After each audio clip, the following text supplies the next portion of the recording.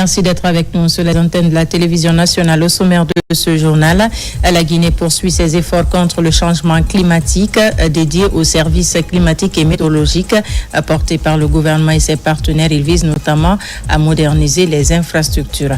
Le projet de raffinerie d'alumine à Bofa entre dans sa phase préparatoire. Le promoteur chinois, en collaboration avec un cabinet guinéen, a conduit une étude d'impact environnemental.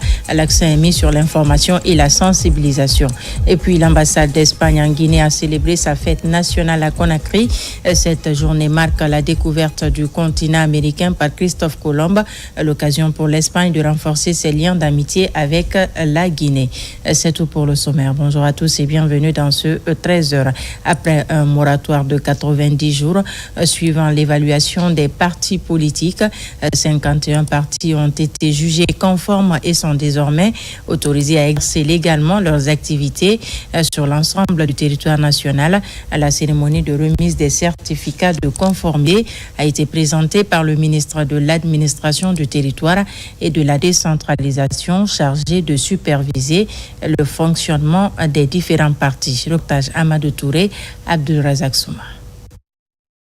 Après certification de 74 partis politiques en mars dernier et suite à un moratoire de 90 jours pour les partis politiques non conformes, le ministère de l'Administration du territoire et de la décentralisation, à travers la Direction générale des affaires politiques, poursuit le processus d'assainissement du paysage politique à travers la remise de certificats à 51 autres partis politiques.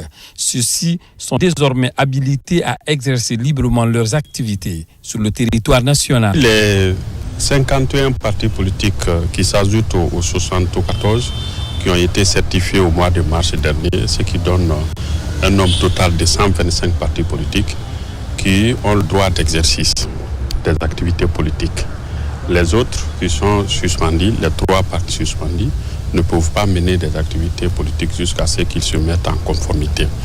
Ce résultat tangible traduit la volonté collective de refondation nationale et s'inscrit dans la dynamique de rectification institutionnelle prônée avec constance, vision et détermination par son Excellence le général d'armée Mamadi Doumbouya, président de la République, chef de l'État, chef suprême des armées. La démocratie guinéenne a besoin de partis politiques forts, structurés et crédibles, porteurs de projets de société réalistes et soucieux du bien-être de nos concitoyens. Parmi les critères de cette évaluation, on peut citer l'identification du parti, sa situation administrative, la gestion financière, comptable, le patrimoine, l'implantation du parti sur le territoire national et sa participation aux élections nationales. Une avancée, selon les acteurs politiques. C'était nécessaire pour que les partis eux-mêmes ils se rendent compte de ce qu'ils font. Ça galvanise encore les militants. Ceux qui sont reconnus exercer leur pouvoir travaillent pour la paix, l'apaisement social. Lorsqu'on veut diriger le pays, il faudrait d'abord apprendre l'exercice de respecter les lois et les règlements, et puis après, maintenant, prétendre diriger un État. Au départ, ce sont 211 partis politiques qui ont été évalués par la Direction générale des affaires politiques du 17 juin au 30 septembre 2024. Résultat, un premier groupe de 74 partis politiques agréés depuis le mois de mars dernier, auxquels s'ajoutent désormais 51 partis politiques, ce qui fait 125 partis politiques habilités à exercer librement leur activité sur le territoire national. À ceci s'ajoutent 3 partis politiques suspendus et 20 partis politiques non évalués. Dans la foulée, le ministre des Infrastructures et des Travaux publics a visité les travaux de réhabilitation de la route nationale numéro 3 entre Dubrika et Tanene, incluant la rénovation de 4 ponts et du pont à péage unique. L'objectif de cette visite était de suivre l'avancement des travaux et de mobiliser les entreprises pour accélérer la reprise après la saison des grandes pluies. Aboubakar Junior Kamara. Le ministre des Infrastructures et des Travaux publics, accompagné de ses directions sectorielles, comme la Jérito Lofer, visite les travaux d'urgence de réhabilitation de la route nationale numéro 3 entre Kabylie et Tanene. Divisé en 2 lots, le premier lot, Kabylie-Korida, est terminé, même s'il y a des endroits qui présente des anomalies à corriger.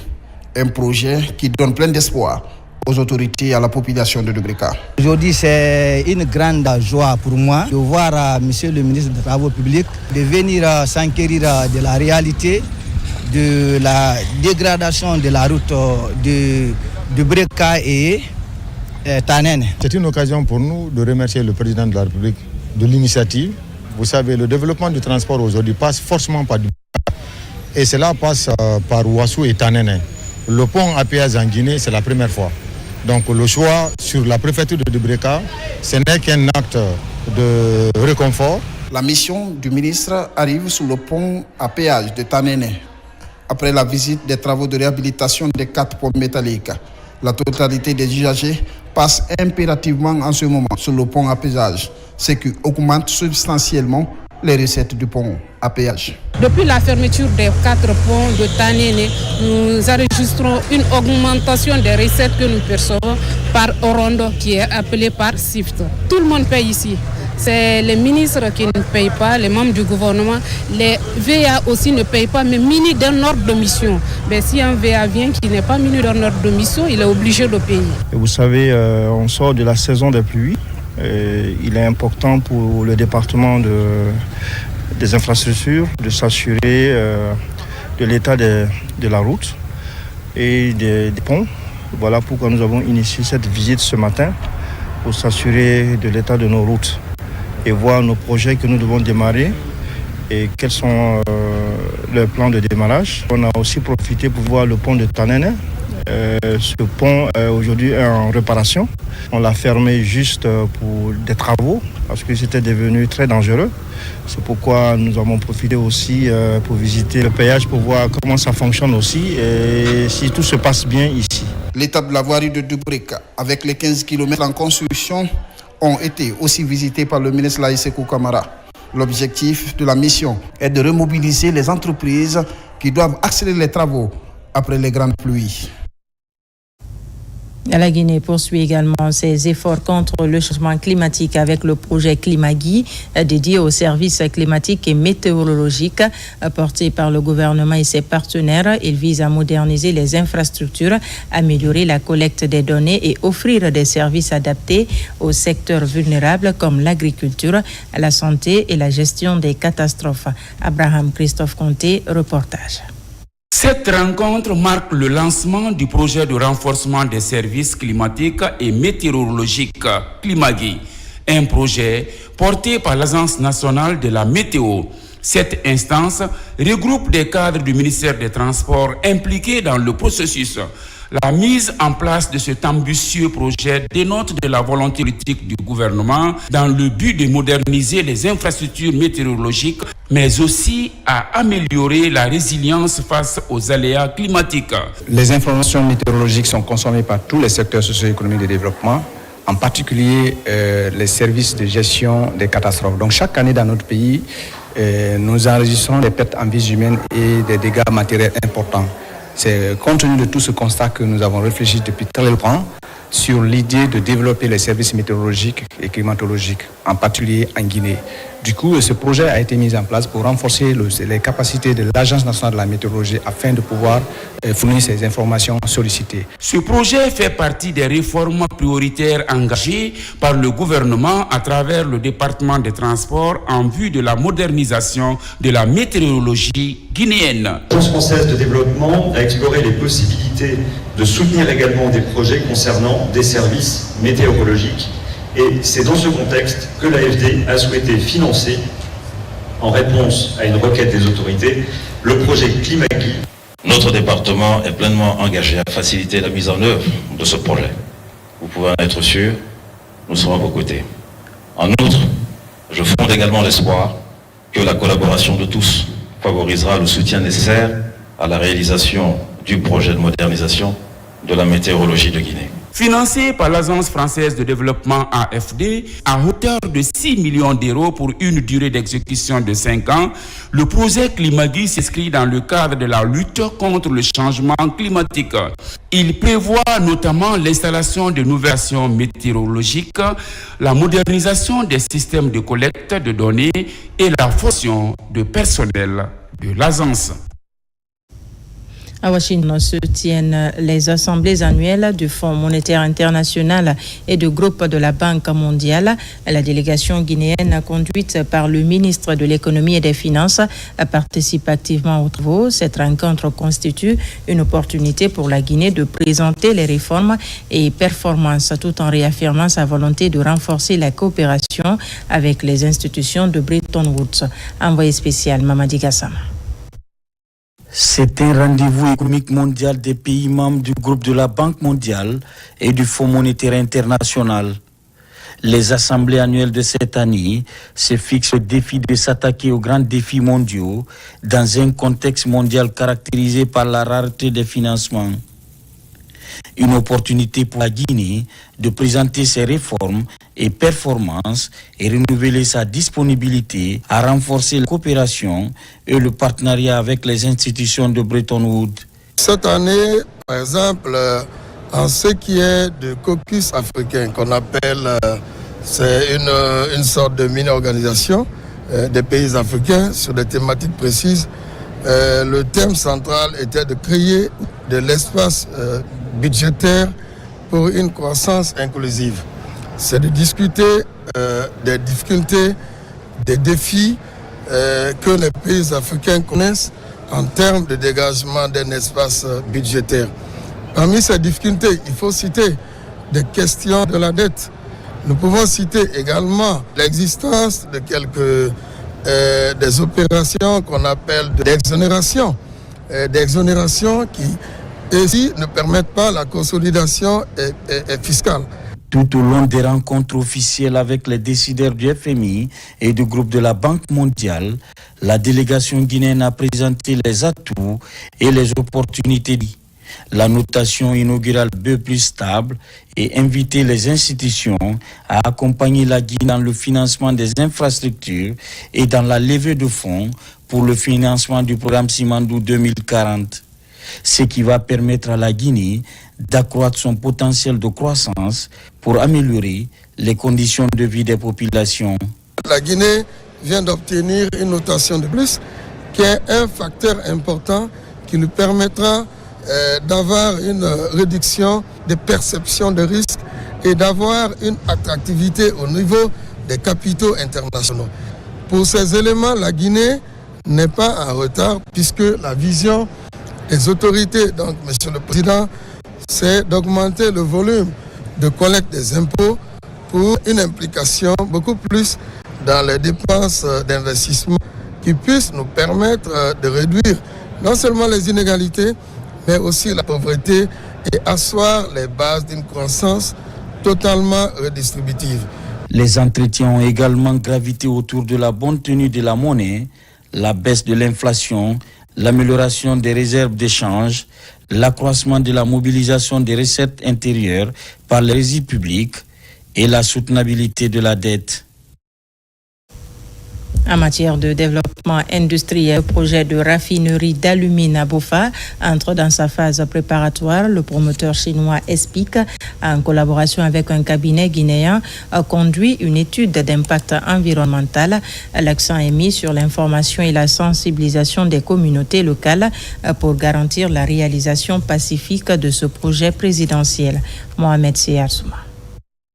Lancé officiellement le mois de mars dernier, le projet de raffinerie d'alumine de Bofa suit son cours normal. Peu avant les travaux physiques, l'étude d'impact environnemental vient d'être réalisée à travers un cabinet de droit guinéen. Le contenu est partagé avec les communautés. Nous sommes venus faire cette restitution par rapport ici aux sous-préfectures et au secteur impacté. Nous les avons écoutés.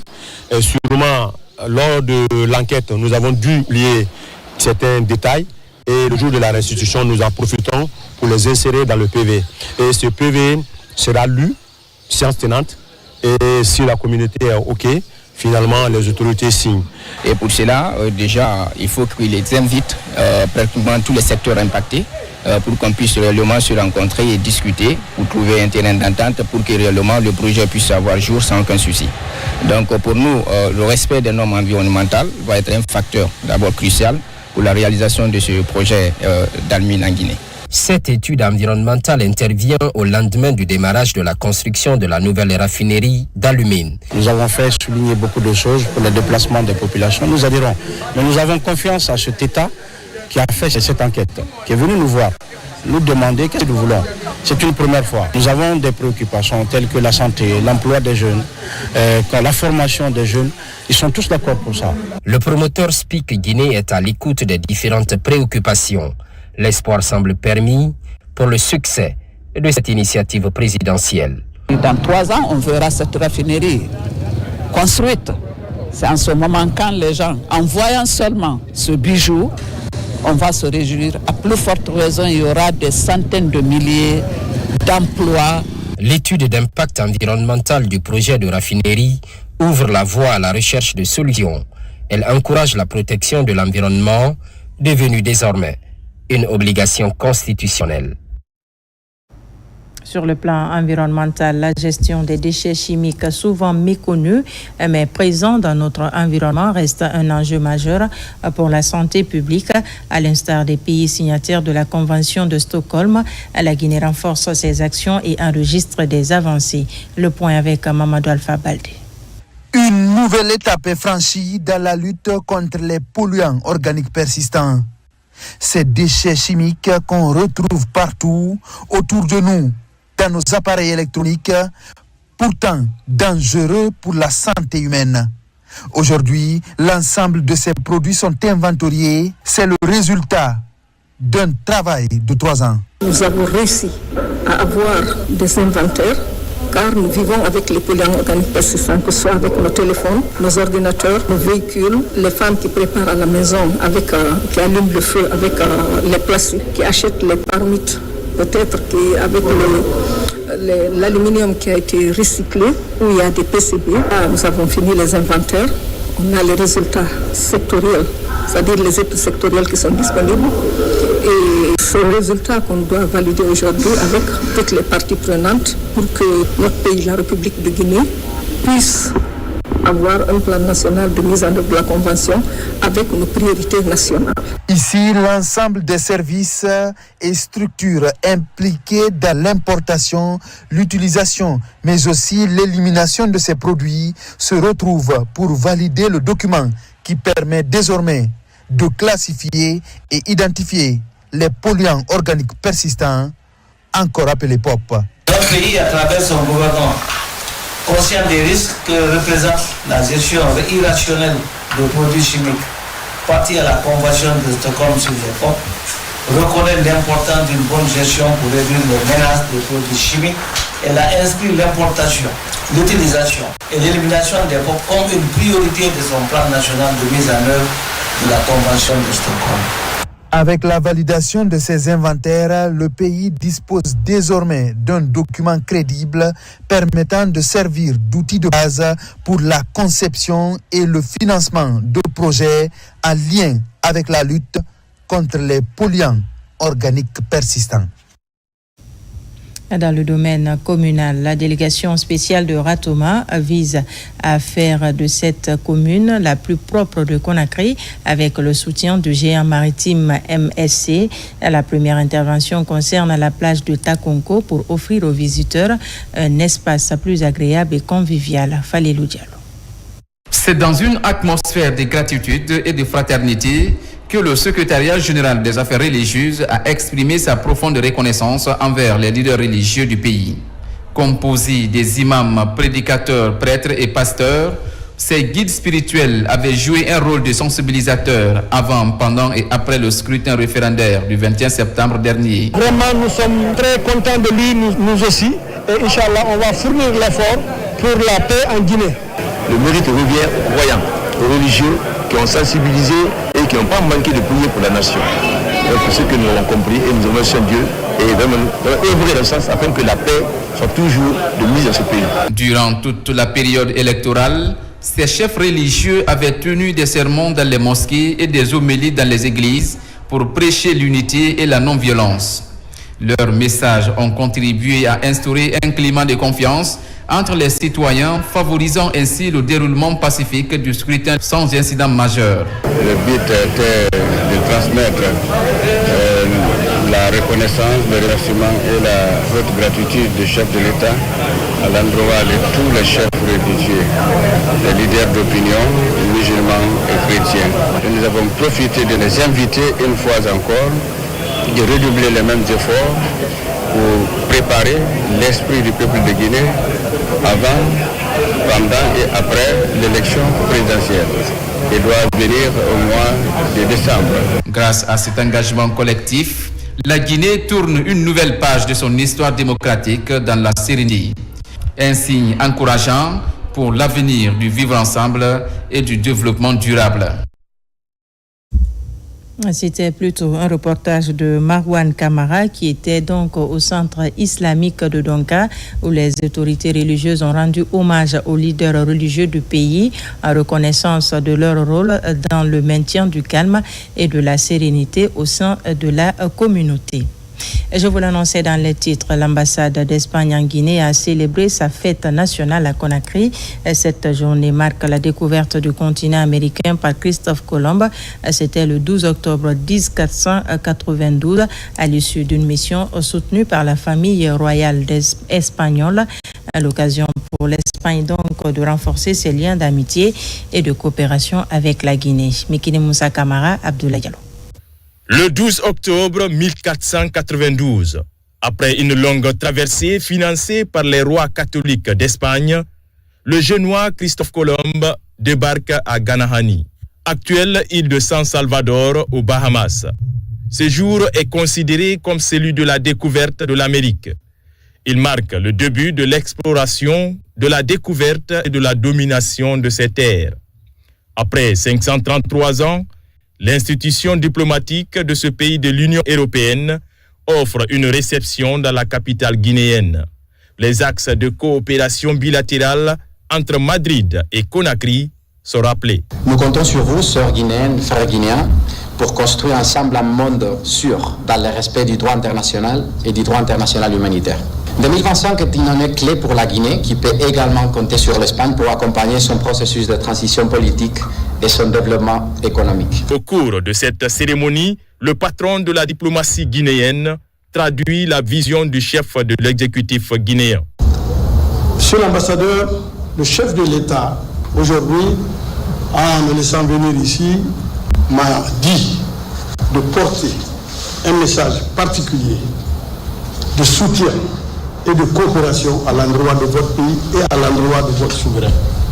C'est pourquoi je voudrais vous demander de porter ce message et de dire que la Guinée est prête à tourner la page et aller sur une nouvelle page, une page de coopération, de démocratie, d'unité et de paix. C'est lors de la célébration des 400 ans de la découverte de l'Amérique en 1892 que le 12 octobre devient par décret royal le jour de fête nationale en Espagne. Face à l'augmentation des accidents de la route en Guinée, le syndicat des transporteurs et mécaniques générales, en partenariat avec la CNTG, a lancé une campagne de sensibilisation à destination des chauffeurs dans les principales gares routières de la région administrative de la baie, ceci pour renforcer la sécurité routière. Sarafdine Diallo, Nabila et Moussa Kamara. Au premier semestre 2025, l'Agence guinéenne de la sécurité routière a recensé 1278 accidents de la circulation, ayant causé 265 morts et 650 blessés. En cause, l'imprudence des conducteurs et le non-respect du code de la route. Le syndicat des transporteurs et mécaniques générales, sous la coupole de la CNTG, a lancé une vaste campagne de sensibilisation à l'endroit des chauffeurs. C'était une journée de sensibilisation à propos des accidents de la circulation routière.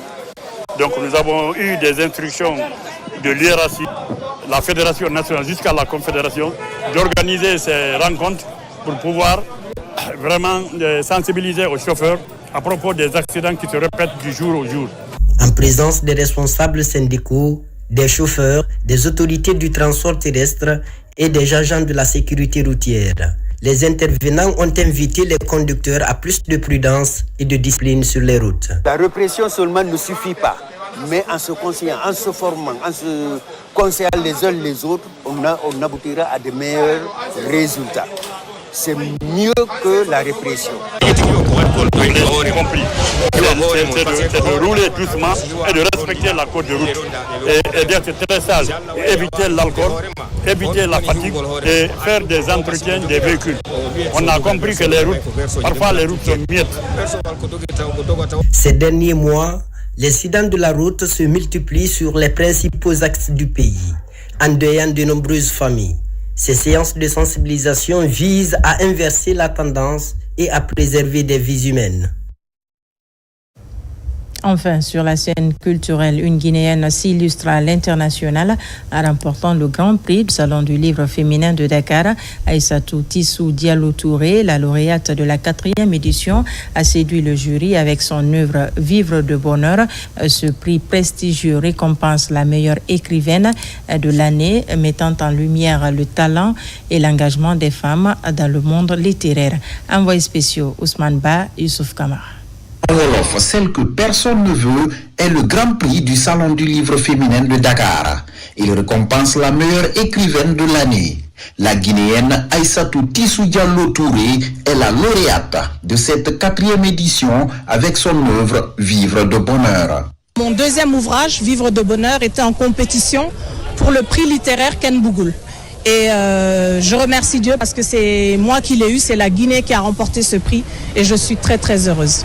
C'est un roman, il raconte l'histoire d'une famille dont la vie va basculer et le thème central de ce livre, c'est de dire quand notre vie elle bascule, est-ce qu'il faut basculer avec ou il faut rester sur le chemin? Forcément il faut rester sur le chemin et continuer d'avancer. Au-delà de l'exposition et des récompenses, le Salon du livre féminin est un espace d'échange et de partage d'expériences. Des écrivaines de différents horizons qui débattent des thématiques pour booster les femmes afin de leur permettre de prendre leur place dans une société patriarcale. Le thème du panel était sororité comme acte de résistance. Donc pour moi, la sororité, c'est vraiment une révolution plus qu'un acte de résistance. C'est de pouvoir regarder dans les yeux d'une autre femme, de la voir comme une alliée et non comme une amie. Parce que dans ce monde-là, nous ne sommes pas en compétition. Nous sommes en mission contre un système qui a limité nos places. Il s'agissait d'un panel sur la place de la femme en politique, quelle stratégie de résistance. Il fallait donc parler des questions d'accès aux postes de responsabilité, que ce soit aux postes électifs, et quels sont les freins que les femmes rencontrent pour accéder à des postes de responsabilité. Cette 4e édition du Salon du livre féminin de Dakar s'avère un véritable espace où se rencontrent les beaux esprits avec pour ambition de hisser la femme au sommet de la pyramide. Voilà qui m'a fait à ce journal. Merci de nous avoir reçus chez vous. L'actualité se poursuit sur notre site le www.rtgguinée.info. On se retrouve à 17h pour d'autres informations de la Guinée, notre paradis, terre de richesse et d'innovation.